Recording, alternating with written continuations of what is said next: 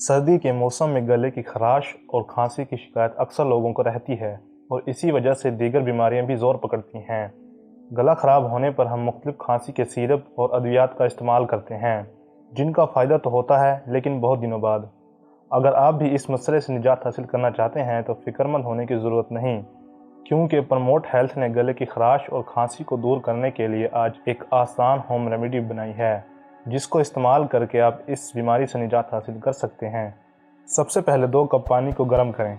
गर्म करने के बाद इसमें 1 से 2 पत्ते पुदीने के डाल दें। ये रेमेडी अब तैयार है। इसके बाद मुंह खोलकर इससे भाप लें। गले को सही रखने के लिए ये रेमेडी बहुत मुफीद है। इसमें डाले गए पुदीने में मौजूद मेंथोल सर्दी के मौसम में आपके गले में खराश और खांसी जैसे मसाइल को दूर रखने में मदद देगा।